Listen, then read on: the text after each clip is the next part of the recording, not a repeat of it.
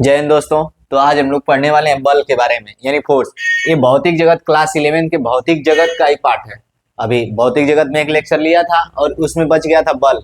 फिर इसमें आएगा प्रकृति में जो नियम होते हैं उनके बारे में। तो आज हम लोग लेंगे क्लास बल पर। बल होता क्या है इसको ध्यान से समझते हैं, यानी फोर्स।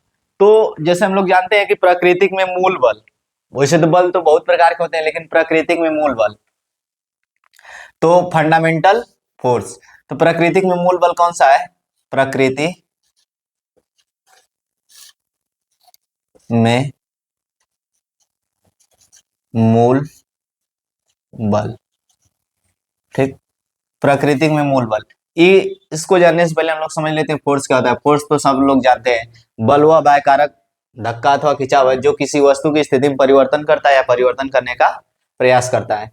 बल वह बाह्य कारक है, मतलब बल एक बाह्य कारक है जो किसी वस्तु की स्थिति में या तो परिवर्तन करता है या परिवर्तन करने का प्रयास करता है। जैसे मान लेते हैं मार्कर यहाँ पर है, ठीक, या कोई वस्तु यहाँ पे रखी हुई है, तो इसमें देखो इसकी स्थिति यहाँ पर है, इस टाइम पे यहाँ पे। तो इसमें देखो मैं फोर्स लगाया तो इसको ढकेल के यहाँ पे कर सकता हूँ। जैसे एक एग्जांपल लेते हैं यहाँ पे कि एक बॉक्स है, ठीक, और इसमें हम फोर्स लगा रहे हैं इधर से, ऐसे में इसको धक्का दे रहा हूँ इधर से, तो इसकी स्थिति में इस तरीके से कुछ परिवर्तन होके ये यहाँ पे चला आएगा।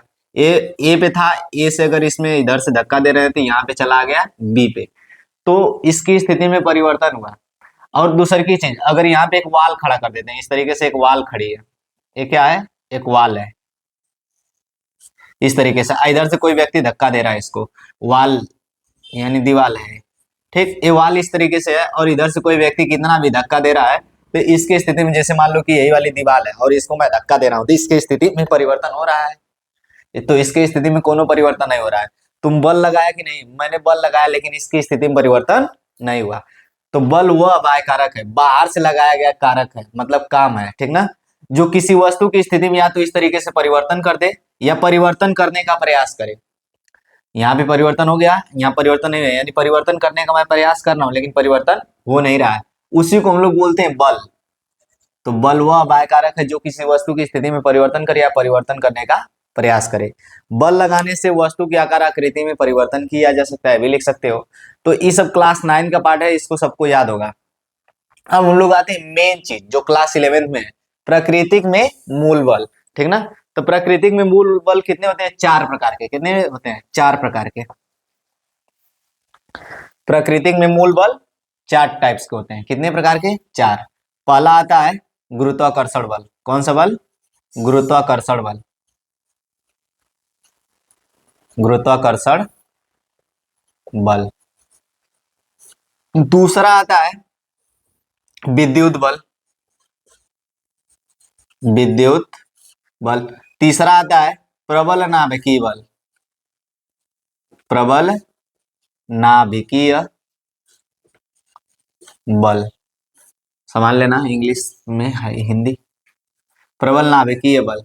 फिर दूसरे के नाम, चौथा आता है, देखो पहला हो गया, दूसरा हो गया, तीसरा हो गया, और चौथा आता है दुर्बल नाभिकीय बल। दुर्बल नाभिकीय बल। दुर्बल नाभिकीय बल। तो दुर्बल नाभिकीय, यही प्राकृतिक में 4 प्रकार के बल होते हैं।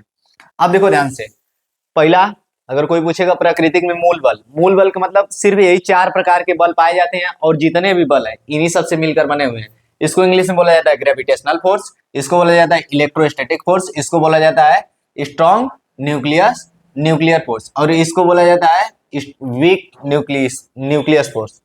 अब देखो दे यहाँ पे प्रबल नाभिकीय बल ये हो गया, और दुर्बल नाभिकीय बल, इन दोनों में बहुत ज्यादा अंतर है, ठीक ना। नाभिकीय का मतलब ये मत समझ लेना कि दोनों एक ही चीज है। अब देखो सबसे पहला आता है गुरुत्वाकर्षण बल, यानी ग्रेविटेशनल फोर्स। ग्रेविटेशनल फोर्स, यानी ग्रेविटेशनल फोर्स होती क्या है, ध्यान से समझते हैं। देखो देख, गुरुत्वाकर्षण बल, सन बात है 1886 की, 1886 नहीं, 1826 की,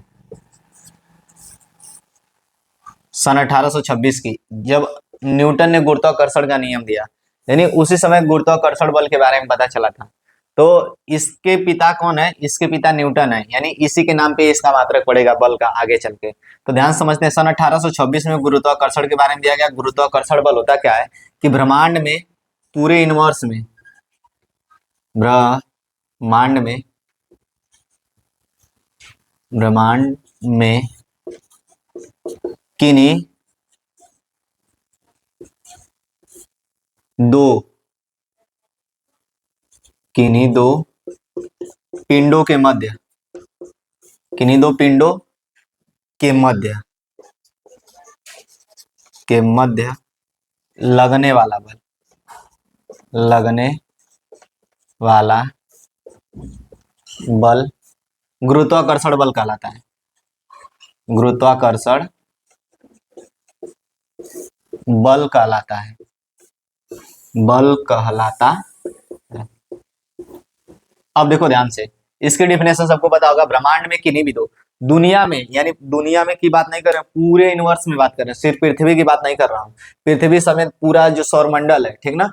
तो ब्रह्मांड में किन्हीं भी दो पिंडों के मध्य, अब पिंड का मतलब ये हो गया कि कोई बड़ा कण, छोटे कण की बात नहीं कर रहे हैं, छोटे छोटे पार्टिकल्स की बात नहीं, पिंड आ गया यानी बड़े कण की बात कर रहा हूँ, ठीक ना। एक गोला टाइप, जरूरी नहीं है कि गोला हो, लेकिन एक पिंड थोड़ा सा बड़ा हो जिसको हम लोग देख सके अपने आंखों से। तो देखो, ब्रह्मांड में किन्हीं दो पिंडों के मध्य लगने वाला बल क्या कहलाता है, गुरुत्वाकर्षण बल। तो देखो कोई पिंड है तो उसका द्रव्यमान सीधे से होगा। मान लेते हैं एक पिंड है m1 द्रव्यमान का और दूसरा पिंड है m2 द्रव्यमान का, एक दूसरे से सेपरेशन r पर रखा हुआ है, एक दूसरे से r दूरी पर रखा हुआ है। तो जो गुरुत्वाकर्षण का नियम कहता है, गुरुत्वाकर्षण बल का नियम कहता है कि इसके मध्य लगने वाला बल दोनों, देखो दोनों ये जो द्रव्यमानों के मात्राओं के, ये द्रव्यमान है, इसकी मात्रा यानी इसका मान कितना है, द्रव्यमान 5 केजी है, 10 केजी है, 15 केजी, इसके मात्राओं के गुणनफल के अनुक्रमानुपाती, इसका मात्रा ये हो गया m1, इसकी मात्रा हो गई m2, तो गुणनफल के अनुक्रमानुपाती, तथा बीच की दूरी की, इसकी बीच की जो दूरी है r, उसके वर्ग के व्युत्क्रमानुपाती। क्वेश्चन नंबर 2, जब दोनों इक्वेशन को हम लोग कैलकुलेट करते हैं तो ये आता है यहाँ से m1 m2 बटे आर स्क्वायर। अब यहाँ से जैसे हम लोग यहाँ पे f को हटाते हैं, एक कांस्टेंट आता है, f को हटाते हैं तो एक कांस्टेंट आता है, यहाँ पे आता है कांस्टेंट k, कांस्टेंट क्या आएगा k, आगे बाद में बताऊंगा, g आता है m1 m2, अभी k समझो, कांस्टेंट k आएगा बटे आर स्क्वायर। तो देखो जैसे अनुक्रमानुपाती हटाते हैं, यहाँ पे आता है क्या, कांस्टेंट k। अब एक कांस्टेंट k है ना। अब देखो ध्यान से, मैं बताया कि ब्रह्मांड में किन्हीं भी दो कणों के मध्य, कोई दो कण है, मैं भी एक प्रकार का कण ही हूँ, ये बोर्ड भी एक प्रकार का कण है, तो इनके मध्य लगने वाला बल ही क्या कहलाता है, गुरुत्वाकर्षण बल। यानी देखो ध्यान से, गुरुत्वाकर्षण बल ये है, तो इसके और इसके मध्य, हमारे दोनों के मध्य एक बल लग रहा है। अब गुरुत्वाकर्षण सदैवाकर्षण प्रकृति का होता है, तो मैं इसको आकर्षित कर रहा हूँ, लेकिन आकर्षित हो रहा है, नहीं हो रहा है। लेकिन इसका, मेरा द्रव्यमान कुछ नहीं तो 40-45 केजी, इसका भी 10-12 केजी, तो कुल मिला के अगर इस तरीके से कैलकुलेट आउट करेंगे तो मतलब बहुत ज्यादा होना चाहिए, लेकिन इतने नजदीक से मैं इसको नहीं खींच पा रहा हूँ बिना टच किए। ऐसा क्यों होता है, तो देखो जो कांस्टेंट होता है उसका मान बहुत छोटा होता है, तो यहाँ पे कांस्टेंट जो के होता है इसके बराबर आता है जी, यानी इस कांस्टेंट का मान निकाला गया वो जी के बराबर है, और जो जी होता है इसका मान होता है 6.67 गुणे 10 के पावर -11 newton metre square, newton metre square प्रति किग्रा स्क्वायर। इसका मान कितना आया, 6.67 गुणे 10 के पावर -11 न्यूटन मीटर स्क्वायर प्रति किग्रा स्क्वायर। इतना कम आता है, देखो 10 के पावर -11, तो ई क्या कर देता है, जो हम लोगों के मध्य लगने वाला बल होता है उसको बहुत नगण्य कर देता है। अब नगण्य इसको इतना कम कर देता है, इसी के कारण मैं इतने पास से भी इसको नहीं खींच पा रहा हूँ, उस दीवार उतने दूर से भी मुझे, मतलब इतने पास से भी मुझे नहीं खींच पा रही है। रीजन क्या होता है कि हमारा द्रव्यमान 40-50 केजी का है, 10 के पावर -11, यानी बहुत छोटा कर देता है उस बल को ये कांस्टेंट। अभी छोटा क्यों कर देता है, देखो अगर ऐसे रियल में होता कि अगर ये कांस्टेंट का मान लो 1 आ जाता, जी जो कांस्टेंट है इसका मान लो 1 आ जाता, तो होता क्या कि अगर मान लो कि अगर तुम यहाँ से, अगर एक बंदा वहां पे खड़ा है, मैं यहाँ पे खड़ा हूँ, तो मैं उसको दूर से ही अगर लात मार देता बिना टच किए, तब वो गिर जाता, उसको मैं दूर से भी बिना टच किए लात मार देता था। ऐसे में भगवान ने सोचा कि मतलब बहुत गड़बड़ी हो जाएगी अगर इसका मान कम नहीं करेंगे। तो पता चला कि ऐसे कोई, मान लो कि एक लड़का है, और उसकी गर्लफ्रेंड छत पे तैर ले तो वो इधर ही इसको खींच लेगा।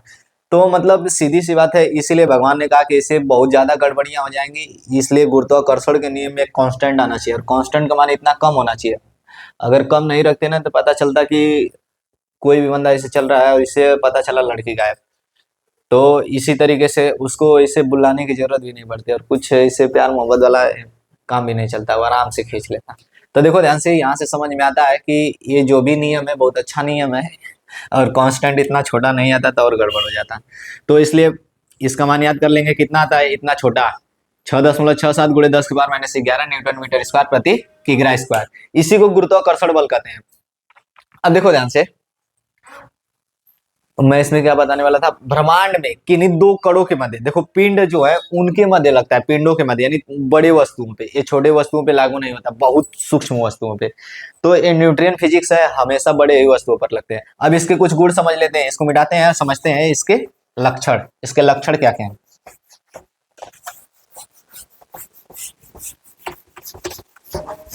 इसको फटाफट सभी लोग नोट कर लेंगे और लक्षण को ध्यान से समझेंगे। तो देखो दे लक्षण, ये बहुत इंपॉर्टेंट है, इसलिए मैं इसको पढ़ा रहा हूं। लक्षण, पहला इसका लक्षण है, ये सदैव आकर्षण प्रकृति का होता है, ये हमेशा आकर्षित करने का प्रयास करता है, आकर्षण प्रकृति। दूसर का, ये माध्यम पर डिपेंड नहीं करता, माध्यम पर निर्भर नहीं करता, नहीं करता है। माध्यम पर निर्भर नहीं करता मतलब इसके बीच में अगर तुम पानी ला दो चाहे कुछ ला दो, जितना पहले बल लग रहा था उतना पहले बाद में भी लगेगा। ये हवा में हो, पानी में हो, जल में हो, कहीं भी रख दो इसको, ये माध्यम पर निर्भर नहीं करेगा, ये हमेशा आकर्षित करने का प्रयास करेगा। उसके माध्यम में, उसके बीच में कुछ रख दो, उससे कोनो फर्क नहीं पड़ेगा, जितना बल पहले लग रहा था बाद में भी लगेगा। नंबर 3, यह संरक्षी प्रकृति का होता है, यह संरक्षी बल है। What is the meaning of conservation, देखो दे, ये संरक्षक मतलब कंजर्वेशन, कंजर्वेशन इसका मतलब क्या होता है, कंजर्वेशन का मतलब होता है अरे सॉरी, ये रास्ते पे डिपेंड नहीं करता किस तरीके से ला रहे हो, ये कंजर्वेशन होता है, मतलब कि ये माध्यम कर रहे हैं, ये रास्ते पे डिपेंड नहीं करता है।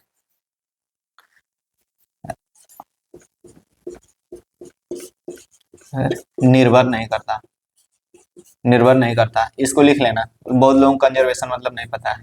मतलब तुम इसको किस तरीके से ला रहे हो, देखो दे, यहाँ से इसको इस तरीके से रख रहे हो कि देखो दे, अगर मान लो एक पिंड यहाँ पे M1 है और दूसर का M2, अगर इतने दूरी पर है एक दूसरे से, मान लो 10 मीटर की दूरी पर है, तो यहाँ पे 10 मीटर की दूरी पे लाने के लिए तुम हाई रास्ता तय किए कि हाई रास्ता तय किए कि तुम ऐसे लेके आए, अगर यहाँ पे है तो तुम इसको कैसे भी लाओगे कोई फर्क नहीं पड़ेगा, ठीक ना। इसलिए इसको बोला जाता है माध्यम, यानी कंजर्वेशन संरक्षी प्रकृति का बल है।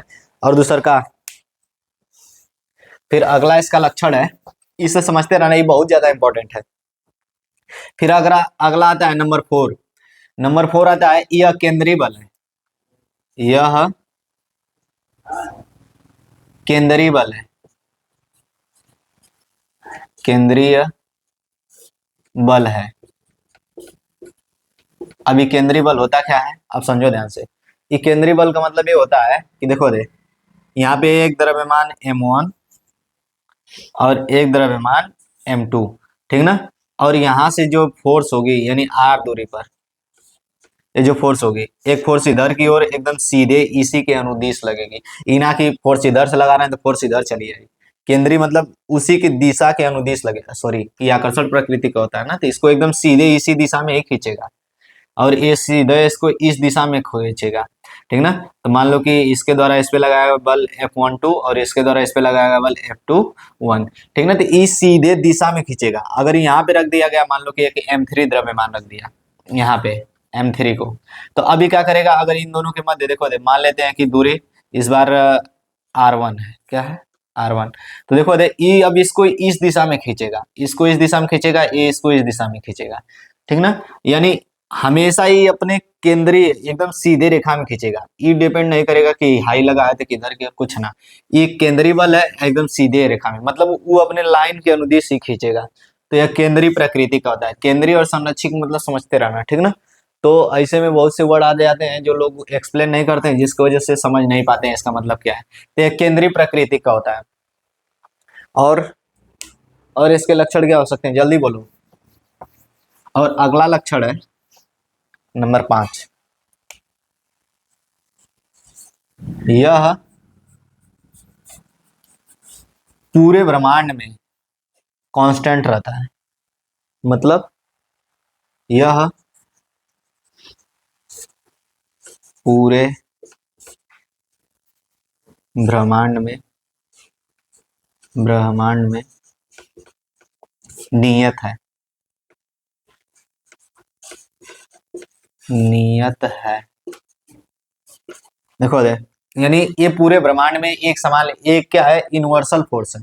ये क्या है, यूनिवर्सल फोर्स है, ठीक ना। यानी ये पूरे ब्रह्मांड में एक नियत है। जितना यहाँ पे आकर्षण होगा पूरे ब्रह्मांड में भी उतना ही आकर्षण है। अब तुम कहोगे कि नहीं, वो गुरुत्व बल होता है जिसका मान स्थान परिवर्तन के साथ बदलता है। ये कौन सा बल है, गुरुत्वाकर्षण बल है। पूरे ब्रह्मांड में नियत होता है, ठीक ना। यह पूरे ब्रह्मांड में नियत है, इसी को बोला जाता है यूनिवर्सल फोर्स है। क्या है, यूनिवर्सल यानी सार्वत्रिक बल है, ठीक ना। यूनिवर्सल यानी सार्वत्रिक। सार्वत्रिक का एकदम सीधे से मतलब बता दिया, यह पूरे ब्रह्मांड में नियत है। इसलिए मैं सार्वत्रिक नहीं लिखा हूं, नहीं तो बहुत से बच्चे सार्वत्रिक का मतलब भी ना समझ पाएंगे। इसलिए देखो दे, यह पूरे ब्रह्मांड में नियत है। इसके इतने लक्षण हो गए। अब आते हैं नेक्स्ट वाले पे। नेक्स्ट इसको मिटाते हैं फटाफट और अगले वाले पे आते हैं।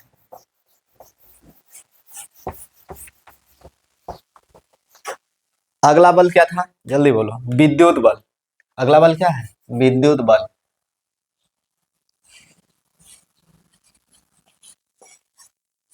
विद्युत बल, इसी का एक और नाम है कूलाम बल। कूलाम बल।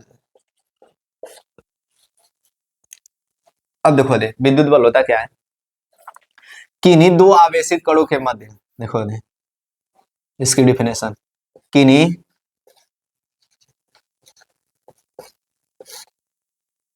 आवेशित कणों के मध्य, आवेशित कणों के मध्य लगने वाला बल, लगने वाला बल, किन्हीं दो आवेशित कणों के मध्य लगने वाला बल कूलाम बल कहलाता है, या विद्युत बल कहलाता है। किन्हीं दो आवेशित कणों के मध्य लगने वाला बल विद्युत बल, विद्युत या कूलाम बल, कूलाम बल कहलाता है। बल कहलाता है,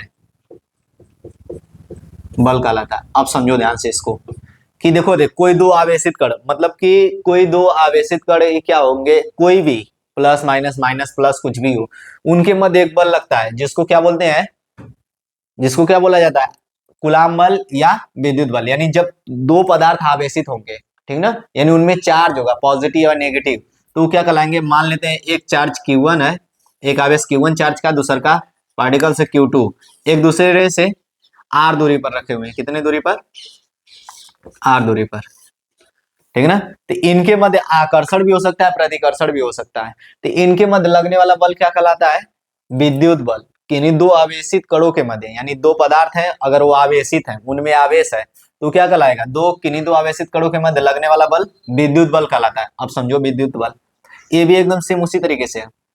तो देखो दे, दोनों आवेशों की मात्राओं के गुणनफल के अनुक्रमानुपाती Q1 मल्टीप्लाई Q2 और उनके बीच की दूरी के वर्ग के व्युत्क्रमानुपाती। उसमें लक्षण में एक चीज लिखवाना भूल गया था, कोई बात नहीं, यहाँ पे बता दूंगा। तो देखो दे ध्यान से, अगर इसको कैलकुलेट आउट करेंगे तो यहाँ पे आ जाएगा Q1 मल्टीप्लाई Q2 बटे आर स्क्वायर, हटाएंगे कांस्टेंट आएगा K, और ये हो गया Q1 मल्टीप्लाई Q2 बटे आर स्क्वायर। अगर देखो दे, ये निर्वात में रखा गया है, कहाँ पे, निर्वात में, तो यहाँ पे K का मान हो जाएगा F is equal to, K की वैल्यू होती है 1/4 पाई एप्सिलॉन नॉट और यहाँ से हो जाएगा Q1 मल्टीप्लाई Q2 बटे आर स्क्वायर। अगर ये निर्वात में है तो, और इस 1/4πε0 की वैल्यू होती है, यहाँ पे लिख देता हूँ, 1/4πε0 की जो वैल्यू होती है ये होती है 9 × 10⁻9, ठीक ना, कितना होती है 9 × 10⁻9, और ये हो जाएगा newton coulomb square, sorry newton metre square प्रति कूलाम, न्यूटन मीटर स्क्वायर प्रति कूलाम। इसको इधर भी देंगे तो यहाँ पे हो जाएगा न्यूटन मीटर स्क्वायर प्रति कूलाम स्क्वायर, इसका मात्रक होता है। तो इसका मान होता है 9 × 10⁻9, लेकिन कहाँ पे, निर्वात में। कहाँ पे, निर्वात में। अगर ये माध्यम में है तो इसका मान देखो दे, इस फोर्स का मान मीडियम में होगा तो ये इस तरीके से आ जाएगा। तो इसको लिख सकते हो 9 × 10⁹, और यहाँ पे हो जाएगा कितना, Q1 मल्टीप्लाई Q2 बटे आर स्क्वायर। ठीक, आर स्क्वायर, इसको समझते रहना। ठीक, अब देखो ध्यान से, अगर ये मीडियम में होगा, एफ मीडियम, तो ये कितना हो जाएगा, देखो दे, अभी 1/4πε0 नहीं आएगा, ये हो जाएगा 1/4πε0 इंटू के, और यहाँ पे हो जाएगा Q1 मल्टीप्लाई Q2 बटे आर स्क्वायर। अब देखो ध्यान से, यहाँ पे जो कि है इसको बोला जाता है माध्यम का परावैद्युतांक। क्या बोला जाता है, परावैद्युतांक, वैद्युतांक। अब इसके बारे में डिटेल से क्लास 12 में पढ़ोगे, बहुत डिटेल से यहाँ बताऊंगा नहीं, ठीक ना। और या इसको लिख सकते हो, देखो दे, एफ एम बराबर एफ मीडियम बराबर एफ एयर, एयर में डिवाइड बाई के, यानी एयर या निर्वात में हाई जो मान निकलेगा उसमें से उसके परावैद्युतांक से डिवाइड कर दोगे, डायरेक्टली आंसर मिल जाएगा। तो देखो दे, विद्युत बल किसे कहते हैं, दो आवेशित कण है, दोनों चार्ज है, प्लस या माइनस, ठीक ना, तो उनके मध्य लगने वाला बल क्या होता है, 1/4πε0 Q1 Q2 बटे आर स्क्वायर, या उसी को कूलाम बल के नाम से भी हम लोग जानते हैं। अब ध्यान से समझना, ये भी थोड़े से, क्या बताऊं, ये भी थोड़े से जानते हो, ये नियम होता है, ये तभी लागू होगा, मतलब इसकी भी एक रिस्ट्रिक्शंस होती है, जब वो क्या होगा कि केंद्रीय होगा, मतलब ये स्मॉल पार्टिकल्स पे लागू होते हैं, छोटे छोटे, ठीक ना, ये बड़े आवेशों पे लागू नहीं होंगे, या बड़ा अगर कोई है तो उस पे लागू नहीं होगा, और वो वाला छोटा कोई रहेगा तो उस पे लागू नहीं होगा। तो ध्यान देना, लेकिन एक साथ में क्या होना चाहिए, छोटा भी होना चाहिए और साथ साथ में आवेशित भी होना चाहिए, तभी बल आएगा, अन्यथा नहीं आएगा। मतलब जितना हम लोग नियम पढ़ते हैं वो हर जगह लागू नहीं होते हैं, कुछ चीजों पे ही लागू होते हैं। तो बड़े पार्टिकल्स के लिए न्यूटन्स का नियम, वो आवेशित हो अनावेशित हो डजंट मैटर। और देखो दे, ये क्या होता है, देखो दे, ये जो विद्युत बल है, ठीक ना, ये विद्युत बल है, ये क्या होता है, सबसे पहले छोटे पार्टिकल्स के लिए लागू होगा, और दूसरी बात, मतलब ये जो हम लोग फार्मूला निकाले हैं छोटे पार्टिकल्स के लिए निकाले हैं, और दूसरी बात ये क्या होगा, आवेशित होना चाहिए, तब उसे विद्युत बल कहा जाएगा। अब इसके भी लक्षण देखते हैं, फिर उसके बाद हम लोग नेक्स्ट बल पे आएंगे।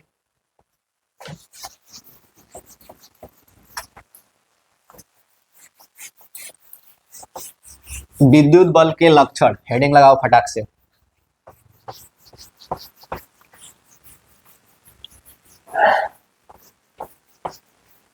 यानी विद्युत बल के लक्षण क्या हो सकते हैं, देखो, पहला लक्षण,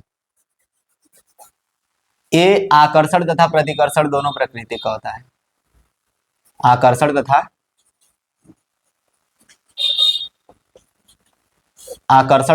प्रतिकर्षण, आकर्षण तथा प्रतिकर्षण दोनों प्रकृति का है, ठीक ना। और ये लघु परासी बल है, मतलब छोटे दूरियों के लिए लागू होता है, बहुत बड़ी दूरी के लिए लागू नहीं होगा, ये लघु परासी बल है, लघु परासी बल है, ये लघु परासी बल है। फिर नंबर 3, देखो दे, ये भी केंद्रीय बल है, एक ऐसा बल है केंद्रीय बल, केंद्रीय बल है, केंद्रीय बल का मतलब बता चुका हूं कि अपने एकदम सेम दिशा में लगेगा, ठीक ना। और नंबर 4 पे आता है, देखो दे, लघु परासी, केंद्रीय बल। अब फिर देखो दे, इसमें इसमें भी देखो, उसमें ये भी संरक्षी बल है, ये भी कौन सा बल है, संरक्षी बल है, संरक्षी बल है, लेकिन उसमें से अलग पता है क्या है, पहली बात ये लघु परासी बल है और दीर्घ परासी बल था। और देखो इसमें एक चीज है, माध्यम पर निर्भर करता है, माध्यम पर निर्भर करता है। क्या करता है? माध्यम पर निर्भर करता है। फिर अगला वाला देखो, ये आकर्षण तथा प्रतिकर्षण प्रकृति का लघु परासी बल, केंद्रीय बल, संरक्षी बल, माध्यम पर निर्भर करता है। और फिर देखो, ये आवेशित कणों के मध्य ही लगेगा।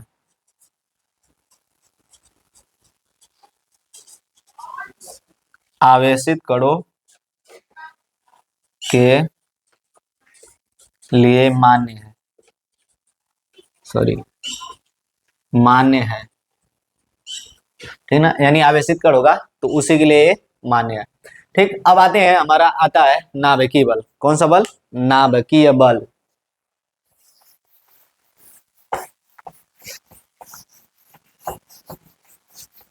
तो ये सब हो चुका होगा, इसके बारे में डिटेल से गुरुत्वाकर्षण का एक नया चैप्टर है, इसका भी एक नया चैप्टर है।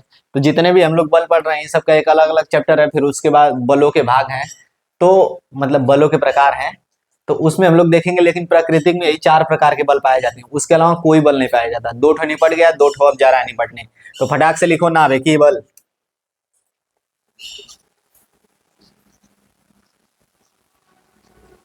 नाभिकीय नाभिकीय बल। और जब नाभिकीय मैं बोल रहा हूं तो इसका मतलब समझते रहना, प्रबल है नाभिकीय बल।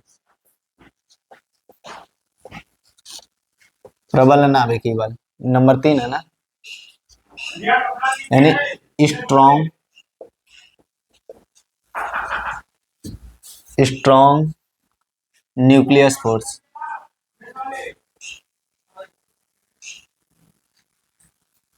स्ट्रॉन्ग न्यूक्लियस फोर्स, चलो अंग्रेजी लिख लेना, बोल दे रहा हूँ, ये स्ट्रॉन्ग न्यूक्लियस फोर्स। अब देखो ध्यान से, प्रबल नाभिकीय बल होता क्या है? सबसे पहले देखो दे, एक परमाणु होता है,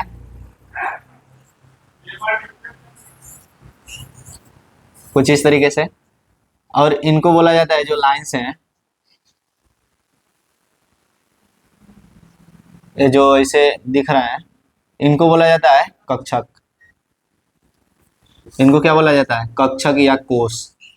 कोष ही बोल देता हूँ आज के दिन, ठीक ना। अब देखो ध्यान से, तो इनको कोष बोला जाएगा। सेल, सब सेल, ये सब के बारे में पता है, लेकिन उसमें हम लोग केमिस्ट्री में नहीं जा रहे। और इसको बोला जाता है नाभिक। क्या बोला जाता है? नाभिक। और देखो कोष में जो होते हैं, इलेक्ट्रॉन घूमते रहते हैं, ठीक ना। अब वो वेव की तरह घूमते हैं कि पार्टिकल की तरह घूमते हैं कि ऐसे गोल गोल घूमते हैं, वो सब तुम परमाणु संरचना में पढ़ लेना क्लास 11 के केमिस्ट्री में। अब देखो नाभिक, इसमें 2 प्रकार के कण पाए जाते हैं, प्रोटॉन प्लस न्यूट्रॉन। क्या क्या पाए जाते हैं? Proton plus neutron. और नाभिकीय बल, यानी नाभिक के अंदर लगने वाला बल।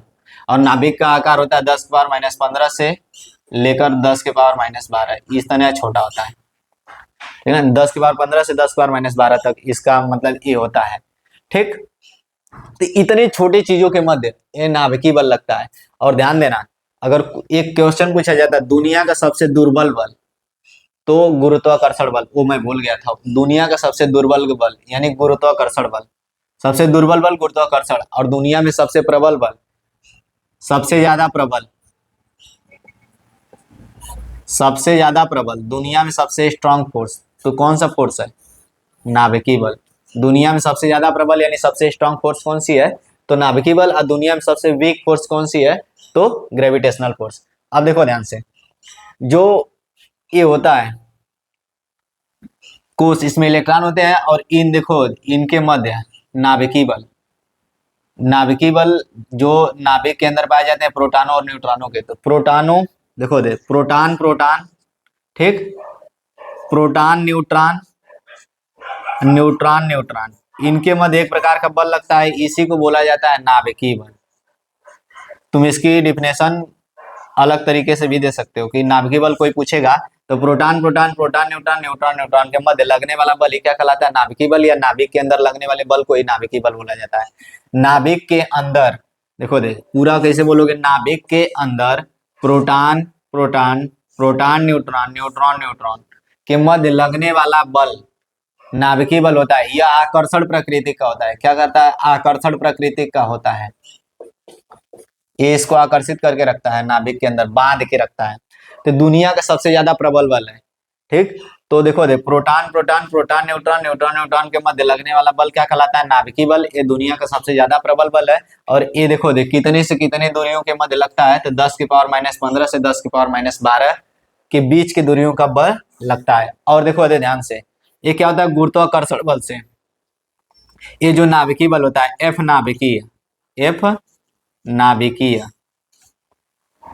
एफ नाभिकीय, ये जो नाभिकीय बल होता है यानी नाभिकीय बल ई 10⁻38 गुना, ये क्या होता है? एफ गुरुत्वाकर्षण। सवाल पूछा जाता है,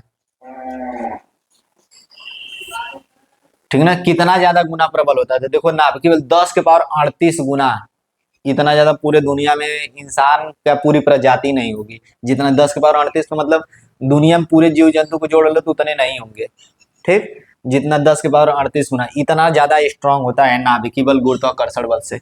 और देखो दे एफ नाभिकीय बल, एफ नाभिकीय बल ये होता है 10⁻36 गुना एफ विद्युत बल से। किससे? एफ विद्युत बल, विद्युत बल, ठीक ना।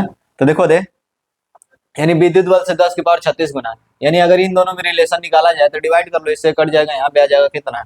तो एफ, एफ जो विद्युत बल होता है, एफ विद्युत बल ये 100 गुना प्रबल होता है, यानी 10⁻2 गुना एफ गुरुत्वाकर्षण से, गुरुत्वाकर्षण बल से।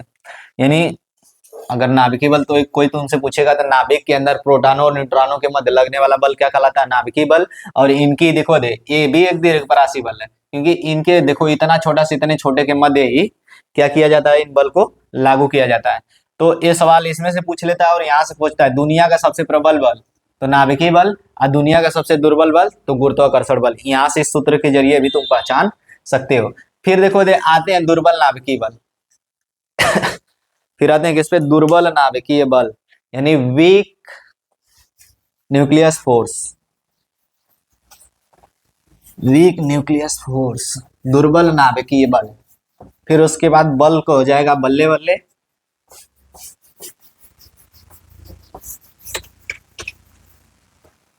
देखो फिर नेक्स्ट आता है दुर्बल नाभिकीय बल।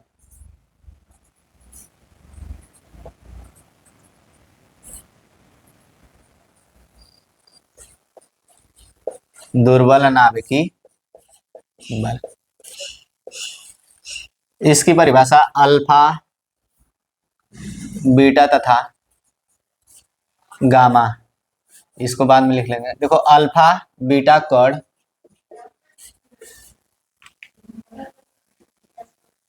या गामा किरण,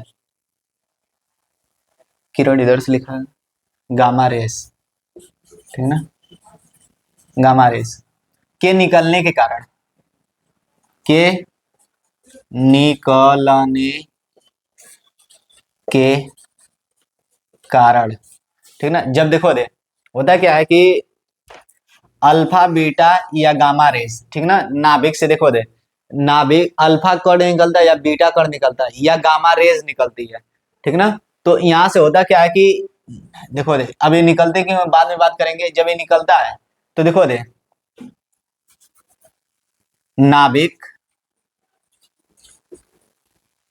तथा, नाभिक तथा इलेक्ट्रॉन के मध्य, इलेक्ट्रॉन के मध्य एक बल लगता है, एक बल लगता है, बल लगता, बल लगता है, बल लगता है, उसी को हम लोग बोलते हैं दुर्बल नाभिकीय बल। ये बहुत तुमको रेयर पढ़ने को मिलेगा, पहले इंटर वगैरह में हुआ करता था, अब है नहीं तो इसके बारे में मैं बहुत डिटेल से चर्चा करता। ये तुमको बहुत कम देखने को मिलेगा और इसीलिए मतलब इसको हम लोग ज्यादा फोकस नहीं करेंगे। तो दुर्बल देखो दे दुर्बल नाभिकीय बल क्या होता है? अल्फा बीटा या गामा रेस के निकलने के कारण नाभिक तथा इलेक्ट्रॉनों के मध्य एक बल लगता है, जिसको क्या बोलते हैं हम लोग? दुर्बल नाभिकीय बल, यानी वीक न्यूक्लियस फोर्स। अब इसके बारे में चर्चा कर सकते हैं, लेकिन चर्चा करेंगे नहीं बहुत डिटेल में। अगर कहोगे तो कहिए दुर्बल नाभिकीय बल एक काफी ब्रॉड, मतलब काफी ब्रॉड चैप्टर है, इसके बारे में डिटेल से एक वीडियो बना दूंगा। ठीक ना। तो देखो दुर्बल नाभिकीय बल, ये क्या होता है, गुरुत्वाकर्षण से प्रबल होता है, विद्युत बल से दुर्बल। अब देखो मैं बलों का क्रम लिख देता हूँ। ये देखो एफ जी, जी मतलब ग्रेविटेशनल फोर्स, ये सबसे वीक होता है। फिर उसके बाद आता है एफ, दुर्बल नाभिकीय बल, वीक न्यूक्लियस फोर्स, ठीक ना, दुर्बल नाभिकीय बल, वीक न्यूक्लियस फोर्स, इसका मतलब समझते रहना। फिर उसके बाद आता है एफ ई, ई मतलब इलेक्ट्रोस्टैटिक यानी विद्युत बल, ऐसे समझो, विद्युत बल। और फिर उसके बाद आता है एफ, प्रबल नाभिकीय बल, यानी प्रबल यानी स्ट्रॉन्ग न्यूक्लियस फोर्स, ठीक ना। तो ऐसे में इसका क्रम चलता है, सबसे ज्यादा दुर्बल, उससे ज्यादा प्रबल, ए उससे ज्यादा प्रबल, ए उससे ज्यादा प्रबल, ठीक ना। तो हाई बहुत ज्यादा वीक होता है, हाई उससे स्ट्रांग होता है, हाई उससे स्ट्रांग, हाई उससे स्ट्रांग। तो जानी गए, सबसे दुर्बल बल पूछेगा या तो सबसे ज्यादा प्रबल बल पूछेगा, और बाकी संबंध तुम निकाल ही सकते हो। तो ओके, बाय बाय टाटा, खत्म होता है बल। और आते हैं फिर उसके बाद प्रकृति के नियम, ठीक ना, जो भौतिक जगत में है प्रकृति के नियम पढ़ेंगे, फिर ये वाला चैप्टर निपट जाएगा आराम से। तो मिलते हैं नेक्स्ट वीडियो में।